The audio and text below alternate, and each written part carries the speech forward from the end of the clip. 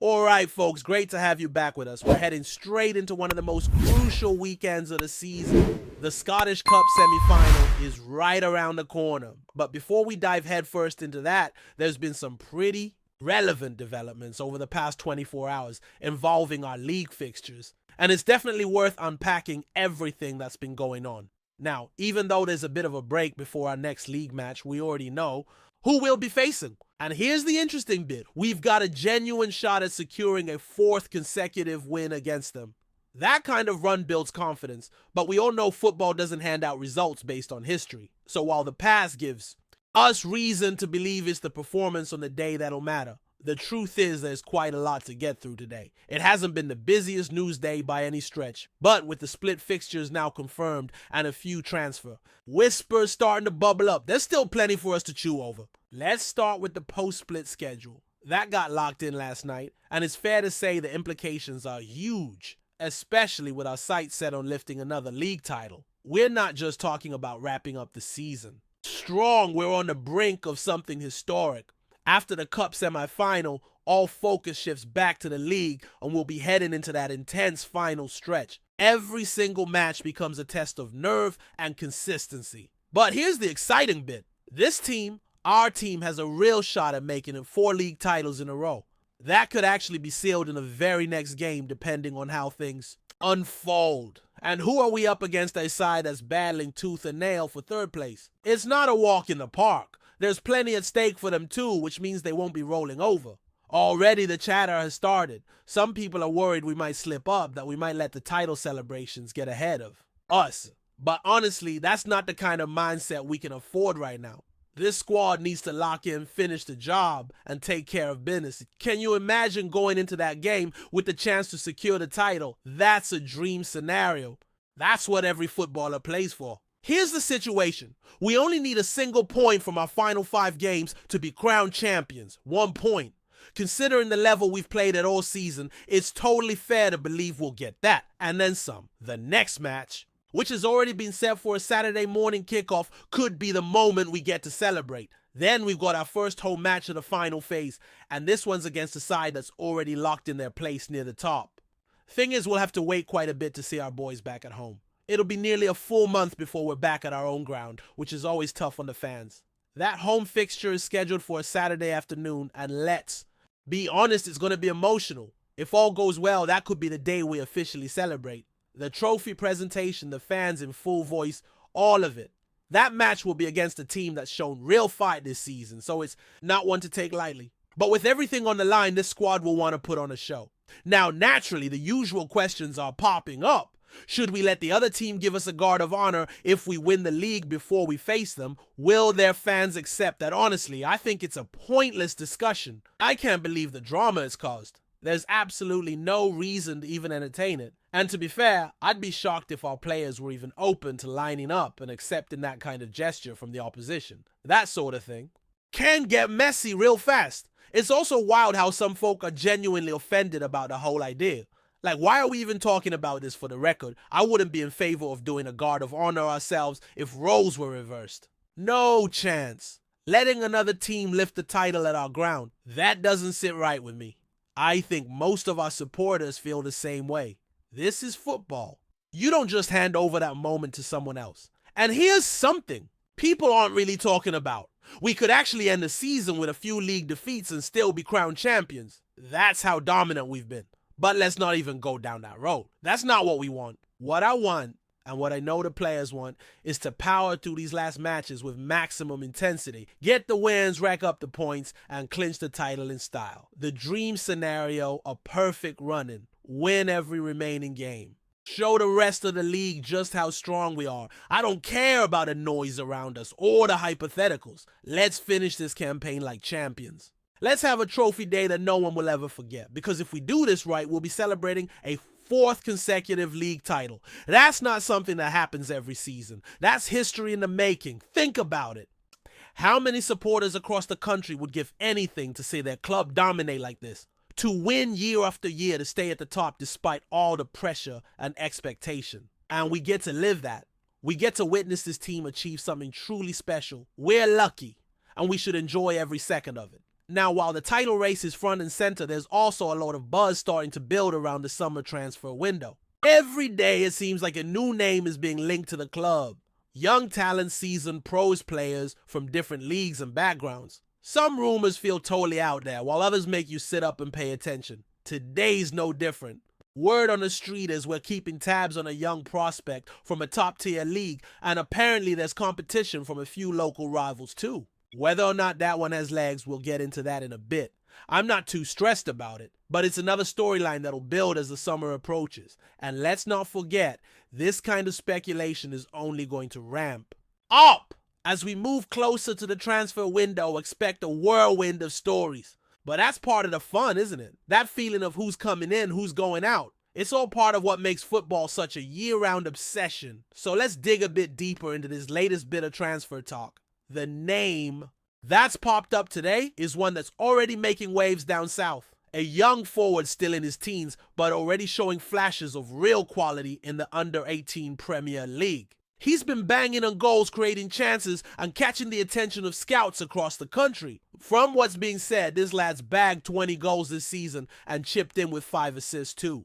That's not just promise, that's serious production at youth level. The word is that he's turned down a professional contract at his current club, which opens the door for others to swoop in. Apparently, there's a compensation fee involved, but it's modest, especially for someone with that kind of potential. For a club like ours, that's a golden opportunity. You're talking about a move that could feel like a free transfer, but with massive upside if he develops as expected. Now, look, nobody's saying he'd walk into the first team. That would be unrealistic. At this stage in his career, he'd be one for the development squad brought in to train, grow, and maybe push for minutes in a year or two. But that's the model we've been moving toward, isn't it? Identifying talent early, bringing them into the system, and giving them a pathway. It's smart business and it's worked before. What makes this particular rumor more interesting than most is that it actually lines up with what's been going on behind the scenes. Our recruitment department has been undergoing a bit of a transformation lately. There have been some key appointments made, especially in the scouting network down south. You connect the dots, and it's not hard to see a pattern forming. We're clearly trying to tap into that English youth market and doing it with purpose. And again, I'm not saying this transfer will definitely happen. Far from it. There's competition, strong competition too. Clubs like Chelsea have been sniffing around, and when they show interest, things get tricky. But it does feel like there's genuine intent here. The club's putting itself in the right conversations. That's encouraging. If this kind of player is on our radar, it means the club is planning ahead, thinking long-term, and not just focusing on short-term fixes. We know we've got a core squad that can challenge for trophies right now, but the best clubs are always building for what's next. If we want to keep our place at the top, especially in Europe, this is how we do it. Of course, a lot of this depends on one major factor, the manager. And that brings us to another big talking point that's been doing the rounds lately, his contract situation. Now, for those who might not be aware, he's heading into the final year of his 3-year deal, and there's been loads of speculation about whether he's going to extend or not. So far, nothing's been confirmed, and that's got some people nervous. Totally understandable, by the way. When you've got a manager who's delivered this much success naturally, you want him to stay. But here's the thing. Even the best sources are saying they don't know what's going to happen. It's all up in the air. There's hope, sure. Optimism even. But no one's got a straight answer, and anyone claiming otherwise is probably bluffing. From what we're hearing, not even the board is entirely sure which way things are leaning. It's one of those situations where only the manager truly knows what he wants. And maybe even he hasn't made up his mind yet. Let's not forget he's spent 5.5 years at the club across 2 separate spells. That's a long time in modern football. Burnout is real. Sometimes you just reach a point where you feel like you've taken a team as far as you can.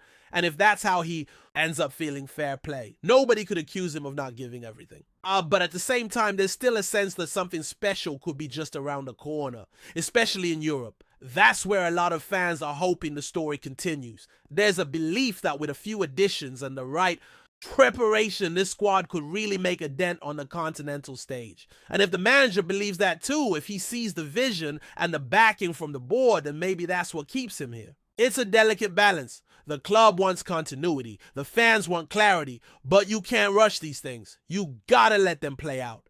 In the meantime, all we can do is show support, make it clear we want him to stay, that we appreciate what he's done and believe in what he can still do. Whether it's a 1-year extension or something longer, the message is simple: we're behind him. And to be honest, I think he feels that. The connection between him and the supporters has always been strong. He understands the expectations, the pressure, the pride that comes with managing this club. And as long as he sees ambition from those above him, I reckon there's a decent chance he sticks around. But until there's pen on paper, we've just got to be patient. There's no need to panic. Whatever happens, the club is in a good place. The structure is solid, the recruitment is active, the talent pipeline is promising. Of course no one wants to see a successful manager walk away, but if it comes to that, we'll adapt. This club's been through bigger transitions and come out the other side stronger. But fingers crossed it won't come to that.